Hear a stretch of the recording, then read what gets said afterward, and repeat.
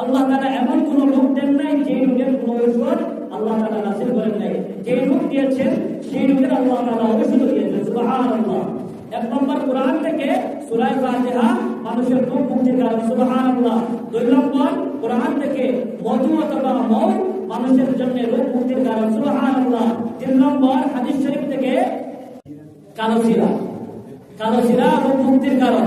4 নম্বর হাদিস শরীফ থেকে 2 নম্বর আর সিরিয়ালের 4 নম্বর জমজমের পানি।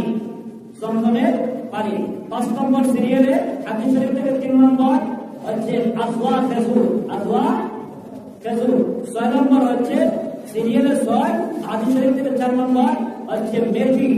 আর 7 নম্বর হচ্ছে হাদিস শরীফ থেকে 5 নম্বর সিরিয়াল আর সিরিয়াল হিসাবে 7 হচ্ছে লা হাওলা ওয়ালা কুওয়াতা ইল্লা বিল্লাহ। এই আমলগুলোর বরকত যতই উত্তম আল্লাহ তাআলা সেটা দান করে দিবেন। আল্লাহ তাআলা আমাদেরকে কোরআন এবং হাদিস দ্বারা চিকিৎসা করার এবং কোরআনের বরকতে হাদিস শরীফের বরকতে সুন্নতের বরকতে আল্লাহ তাআলা আমাদের শরীরের ভিতরে যত প্রকার রোগ আছে সকল প্রকার রোগ থেকে মুক্তি দান করে আল্লাহ তাআলা আমাদেরকে শিফা দান করে পরিপূর্ণ শিফা দান করুন। সবাই বলে আমিন।